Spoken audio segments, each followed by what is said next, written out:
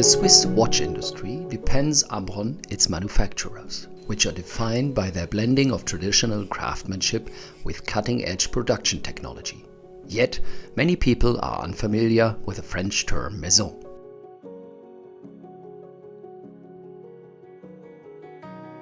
It's interesting to learn that a maison is a company with experience in manufacturing a wide range of luxury products aside from watches. Using Piaget as an example, we can explore what distinguishes a true maison de luxe. Then the question is it the quality of the employees or the services they offer that sets them apart?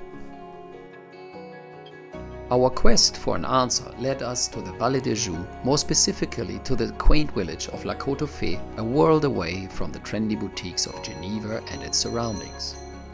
It's difficult to imagine that this pastoral heaven, its coat of arms adorned with a shaggy sheep, would even be known had Georges-Édouard Piaget not established his first store here in 1874 at the tender age of 19. The village's name, a French term that roughly translates to sheep grazing on the slopes, perfectly encapsulates its peaceful and idyllic nature.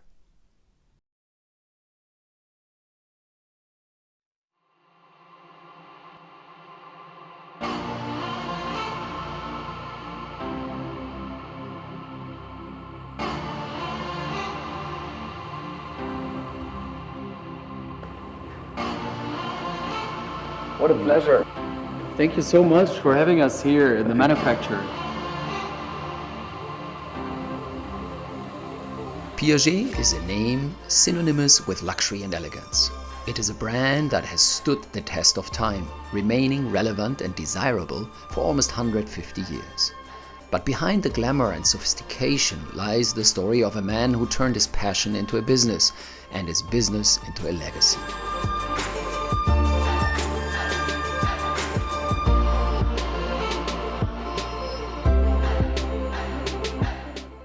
Georges-Édouard Piaget is a name that evokes curiosity.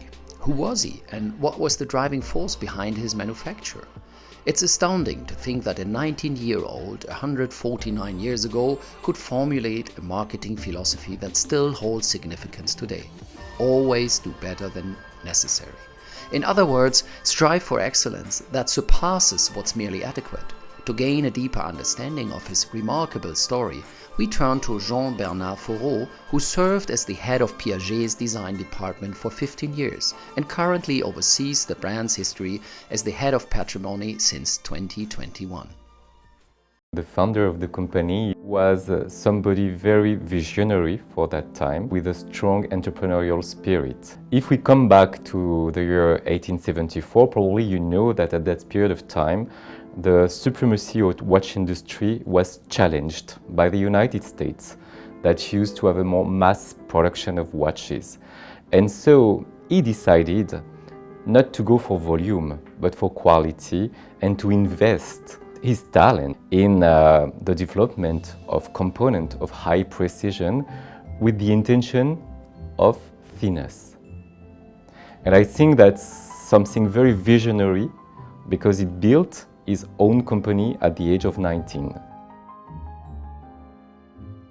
Georges-Édouard Piaget's unwavering motto, always do better than necessary, continues to inspire the approximately 390 employees at Piaget's Geneva and La Côte-aux-Fées locations. The founder would hardly recognize the scale of his vision today. Just across the street from his originally family home, the manufacturer not only produces the crème de la crème of mechanical watches, such as ultra-thin minute repeaters and tourbillons, but also boasts a storied 149-year history of watchmaking. Piaget's legacy is evident in the creation of famous calibers like the 9P, which in 1957 set the record as the thinnest hand-wound caliber with a movement thickness of only 2 millimeters.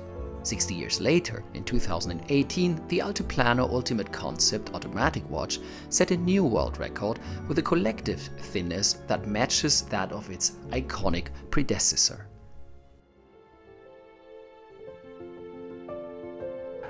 I think the most fascinating thing about Piaget is its product and its people, because behind products there is people, and I think that's what I like the most. Piaget embodies two souls, that of a watchmaker and a jeweler. The question is, how do they harmoniously coexist and complement each other in creating Piaget's exquisite creations? We started as a manufacturer of movement and power movement parts in La Côte-au-Fay 148 years ago. When the company moved to Geneva, they really started jewelry at the same time. But it's true, it was more watchmaking in percentage in the past, but now it's trying to stabilize and to have a balance between the two. A luxury maison cannot thrive on a timeless philosophy alone. To truly excel, it must have several key pillars in place. Piaget, for example, has established itself as a leader in the luxury market with its exceptional watches and exquisite jewelry. Piaget is maybe the first brand that merged jewelry and watches together. And it's very interesting because they had the vision, and it's a quotation from Mr. Piaget who said, "A watch is first and foremost a piece of jewelry." So their intention was not to be in the function of the watch, so the watch is not only there to read time or to be precise. You need something more. It's to have a creation that tells about your style. And in fact, their idea, it was to make their clientele shine. Piaget has established a global reputation in the crafting of both precious stones and gold, hasn't it? When you talk about diamonds, it's Marquis cut diamonds. So to try to remain close to the fundamentals, to what the family really give us as pillar, as a grammar of style. One of the true inspiration of the family is nature. From La Côte-au-Fay, they were designing the watch that, I don't know, Elizabeth Taylor bought from Piaget or Andy Warhol, but they were designing in a small village. So they had this vision, so it was important to be really connected to that vision and nature. And also couture, but not couture in the way to copy-paste fashion. It was just because gold started from a yarn of gold, so they were interested to sew gold, to try to craft embroidery with gold. Piaget has gained a remarkable reputation in the realm of gold production. Every week, the manufacturer accumulates gold waste in the form of dust, chips or gold wool, totaling at least 400 kilos in a year, worth over 20 million euros when recycled. Money, gold and even coins hold significant importance for this maison, whose name is rooted in the collection of tolls, as evident from historical pictures dating back to the Piaget's family origins in the 16th century in the Swiss Jura region. Piaget's philosophy towards watches today is a far cry from their humble origins that had nothing to do with gold and diamonds. Instead, the focus was on creating essential watch components. Piaget's global success story began shortly after the Second World War, fueled by their unique approach to watch movements.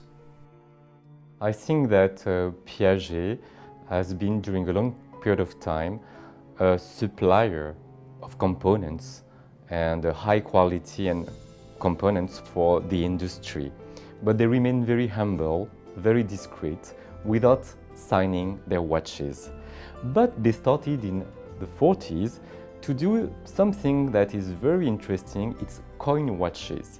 So they were able, within a coin, to put a movement in a watch, which means that they were already on the way of ultra-thin movement.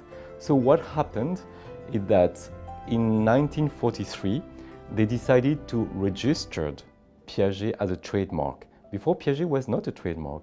It was just a fabrique in one way. During and just after the Second World War, they created their first manufacture in La Côte-au-Fay. It's remarkable to think that Piaget registered itself as a trademark over 60 years after its establishment. Back then, the idea of watches being a piece of jewelry wasn't as apparent as it is today, especially with the prevalence of mechanical watches that prioritized functionality. Despite this, Piaget supplied some of the biggest names in the industry, including Breguet, Rolex, Cartier, Audemars Piguet, Vacheron Constantin, and Omega. But how did they incorporate gold and gemstones into their creations? If your movement is a bit larger and less thick, you have more space for the dial. So the dial starts to be territory of creativity. If the dial is larger, then the bracelet is larger. Then the bracelet started to be a territory of expression and creativity also. And Piaget decided, at the time they revealed their ultrasyn movement, 9p and 12p, that their movement only deserved gold and platinum. So suddenly they were very attractive. And it's true that Piaget has attracted an elite of style.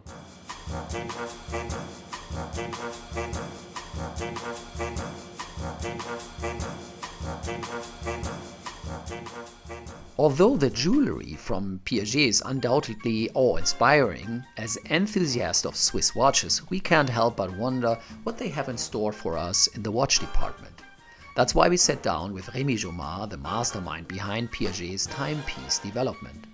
Our curiosity piqued, we asked Rémi, what sets Piaget apart as a genuine watch manufacturer? To really claim that you are a manufacturer, it should start from raw material till finished goods. And that's what we do over there.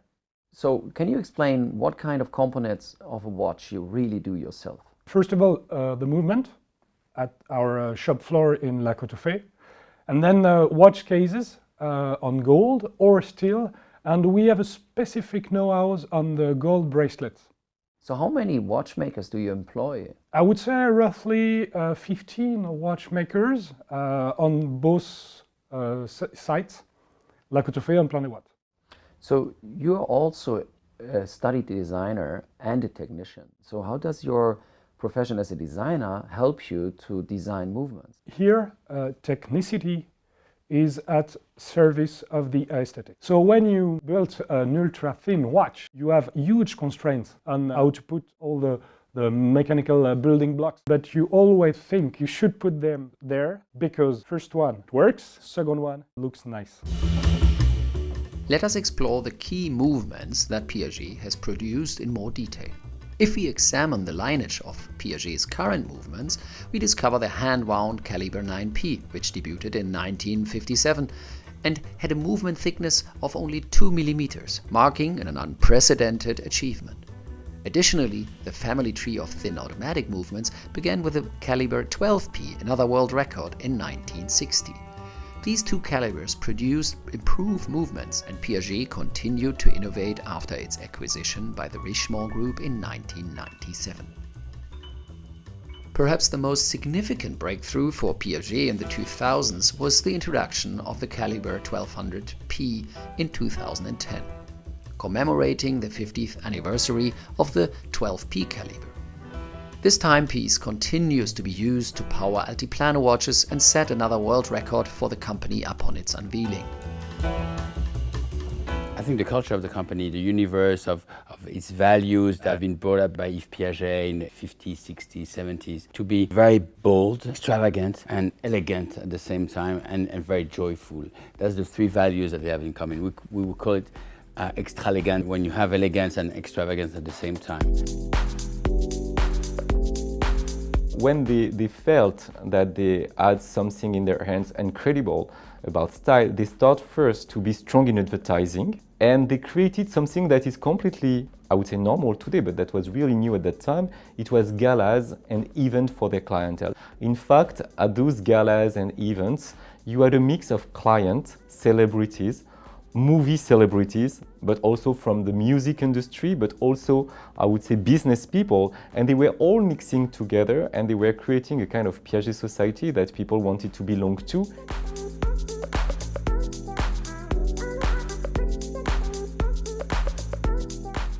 The way that Piaget used to work gold attracted many artists, for instance Salvador Dali, because he decided to create his own currency. And in 1967, Monsieur Piaget and Salvador Dali met, and Piaget had the privilege of an exclusive collaboration. It was the maison that was able to create watches, jewels and accessories with the artistic coins of Monsieur Dali. The list of famous clients of Piaget from the 60s and 70s is so extensive that it almost feels like it deserves its own movie. Pop art legend Andy Warhol became acquainted with Yves Piaget at various events and purchased an expressive Piaget timepiece in 1974. While Alain Delon sported his automatic caliber 12P watch, Cary Grant proudly presented his ultra-thin Piaget to Yves Piaget during his visit to the US. In 1971, Sophia Loren's assistant inquired about Piaget watches at the Geneva boutique. Interestingly, the Palace bracelet style, which adorns one of Jackie Kennedy's watches, remains a specialty of the Maison to this day.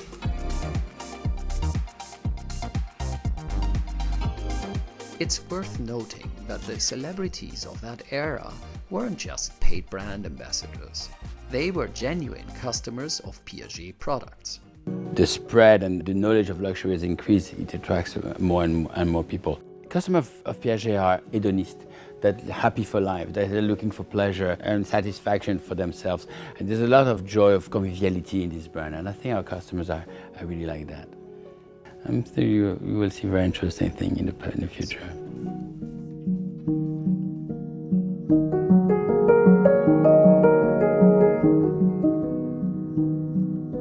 The dialogue of the Maison with artists has always been there because in the philosophy of the Maison, our artisans are our own artists. However, there's another essential element that every watch brand requires: a flagship piece, an icon typically made out of steel, often in the form of a chronograph.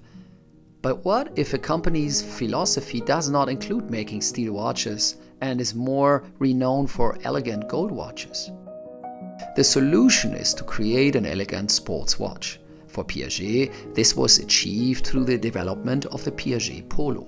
But how did Yves Piaget conceive this watch, which was the first to carry its own model name? Polo is a very good icon for us. It's really illustrating this chic, sporty watch that Piaget is doing and really illustrating what Piaget customers are. The Polo watch is a totally new model for the Maison because Piaget was considered to be a dress watch. Sometimes in the US, the luxury is worn daily. So they decided to create a new watch that could be a kind of casual daily luxury, but fully in gold, ultra thin. At the same time, it's a bracelet with a watch, taking advantage of first the 7P and then the 8P, which are the first quartz ultra thin movement from the Maison.